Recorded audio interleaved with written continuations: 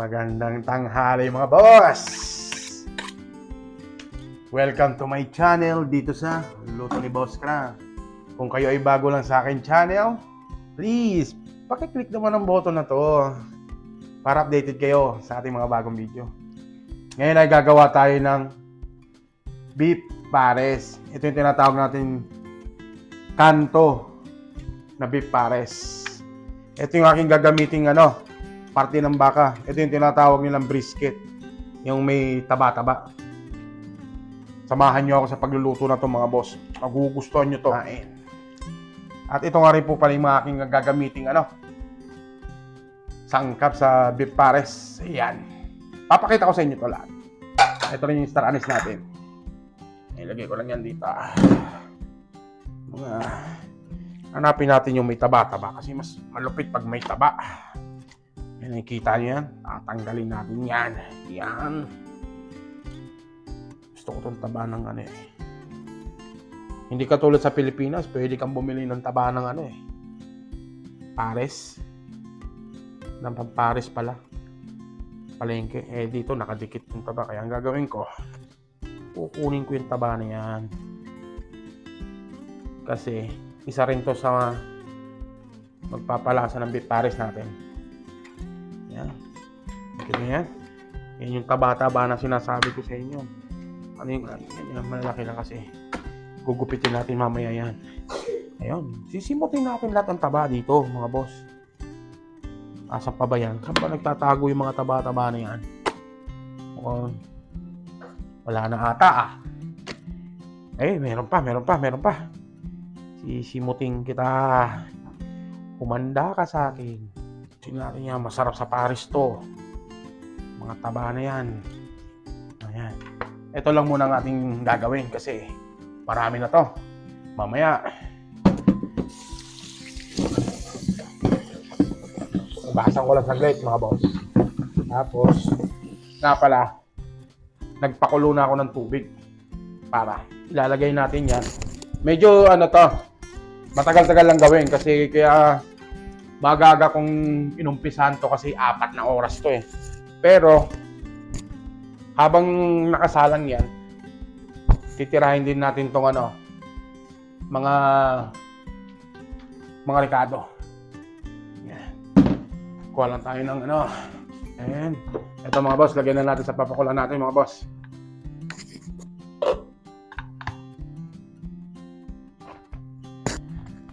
Ito yun. Lalagyan ko muna siya ng asin.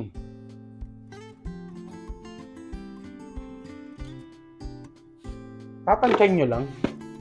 Siyempre, wala nang sukat-sukat yan. Tansyahan yan. Depende sa panlasa nyo yan. Ayan, ilalagay natin yan. Ito yun, malalaki yan. Kasi, pag yan lumambot mga boss, ang gagawin natin dyan, alam mo yung talagang parang nasa kanto ka lang. Yung gugupit-gupitin natin. Ayan, kita yung mga taba-taba na yan.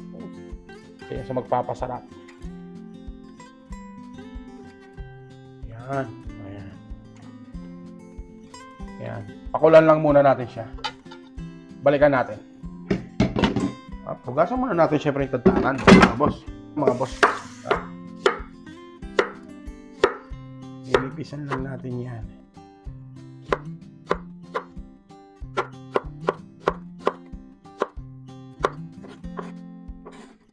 Ito mga boss, yung sili. Mas masarap to kung siling haba, pero halos similar na rin sila. Ang gagawin natin dito mga boss, syempre tatanggalin natin yung nito, yung mga buto, para hindi umanghang yung natin. Hindi umanghang yung sabaw natin. Kaya tatanggalin lang natin yung mga buto niyan. Yan, ganyan lang.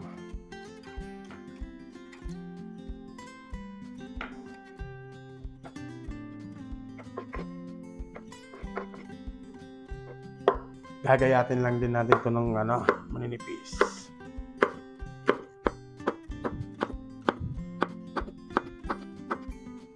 Gagamit din tayo ng onion leaves, mga boss. Gasan ko na rin.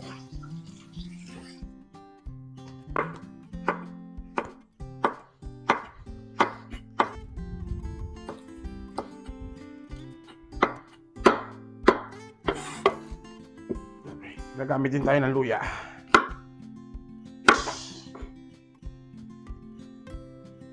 I-check ko muna to habang pakulo pa lang. Tatanggalin na natin yung mga sebo. Pagka nakita nyong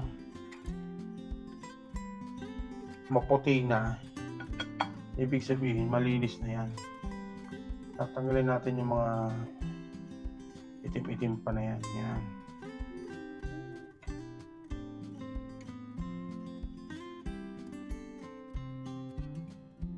Yan. Tapos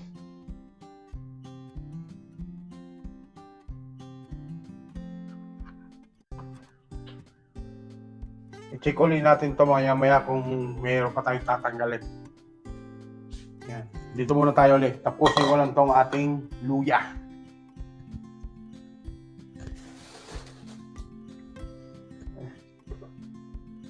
Ito yung magpapatanggal ng langsa natin sa pare.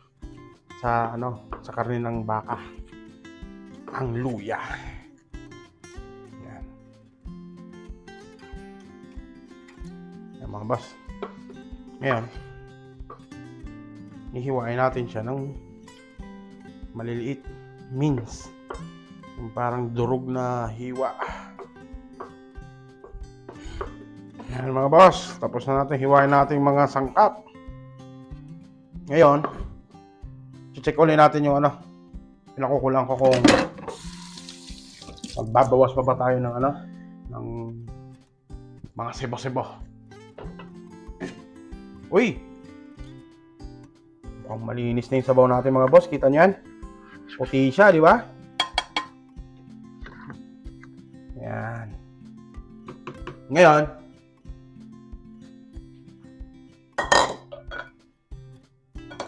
ito na yung ilalagay natin.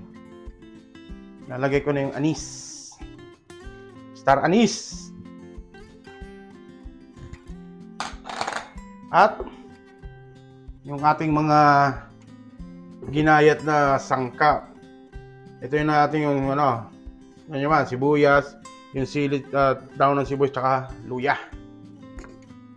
Ganyan lang yan mga boss.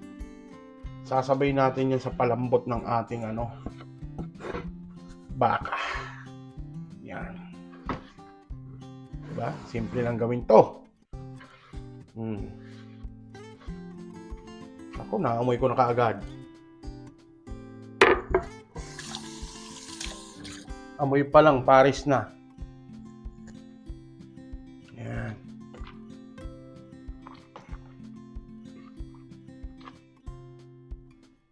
Tara mga boss, check natin. Uy! Nako. O yun. Nako, ang sarap. Lambot. Check natin yung taba. Yun. Ngayon, tayo ay maglalagay na ng beef cubes. Pero, beef cubes to. Lagyan natin siya ng cubes, mga boss. Ganun din. Beef cubes na durog. Yan mga boss. Powder. Beef powder.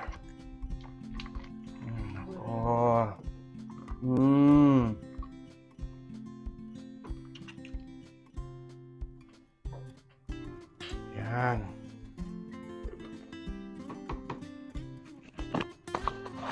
Ngayon, ang gagawin ko ay lalagyan ko na siya ng cornstarch. 5 kutsara lang muna nilagay ko. Kasi kung kulang pa sa lapat, edi dagdagan natin. Yan. Ganun na siya mga boss. Ito yung gagawin natin. Hahalo-haluin natin ito habang binubuhos natin yung cornstarch.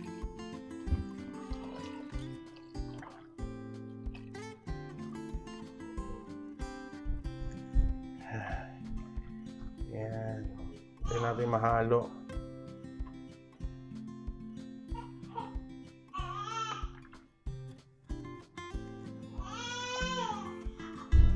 Halo-haluin ko lang ito mga boss ha. Yan mga boss ha. Nakita nyo kanina, naglagay ako ng ng sa cornstarch. Dadagdagan ko ulit siya, another 5 scoop para malapot talaga. Yan. Yan. Ayan talaga. Ayan ang totoong lapot.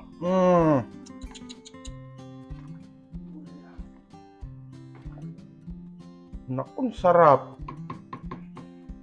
Ayan.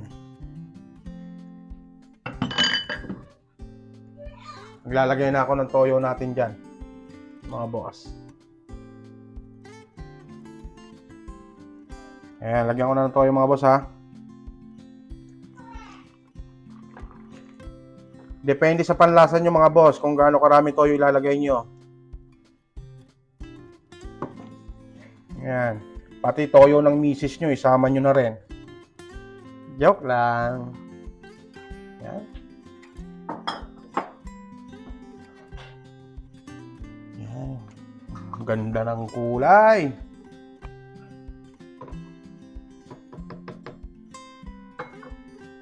Ngayon, lalagyan na natin ng ng bechin, mga boss ha. Bechin. Konti lang mga boss sila.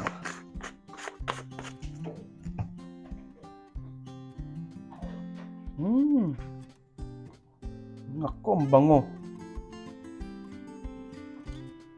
Nakikita nyo ba ito mga boss? Kantong Paris mga boss. Naku. Ayan yung mga karne natin mga boss. Malambot na yan. Yan yung mga gugupitin natin mamaya. Sarap. Naku, syempre, hindi mawawala ang ating pre-taste.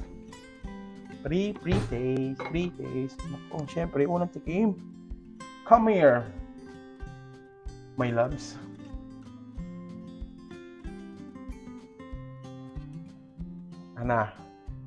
Kantong-kanto, no? Yeah. Oh my God. Sarap. Yan mga boss ha. Good for plating tayo mga boss ha. Yan mga boss. Yan, umpisan ko naman gumupit ha. Ano gusto? May taba? Siyempre, yan boss. Gugupitin natin to mga boss. Yan lang muna. Yan.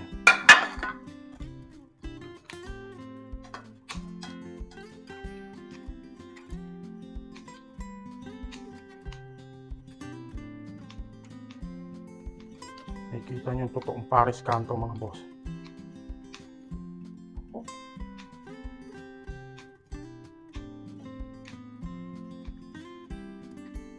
Nako, may palang. Kung natin taba na yan.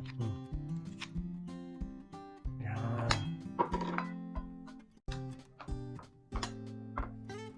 Kunin natin nalagyan.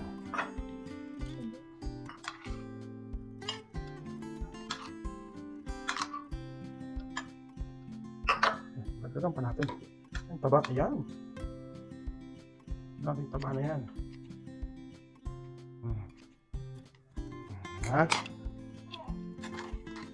Nakikita niyo mga boss? Tamaan nyo ako dito. Kuha tayo ng isang malupit na sabaw.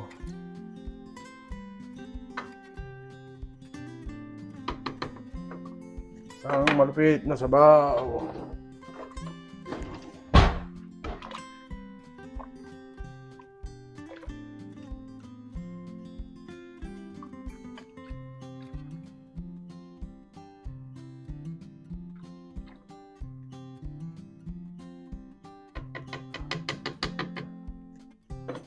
Sarap na ito mga boss.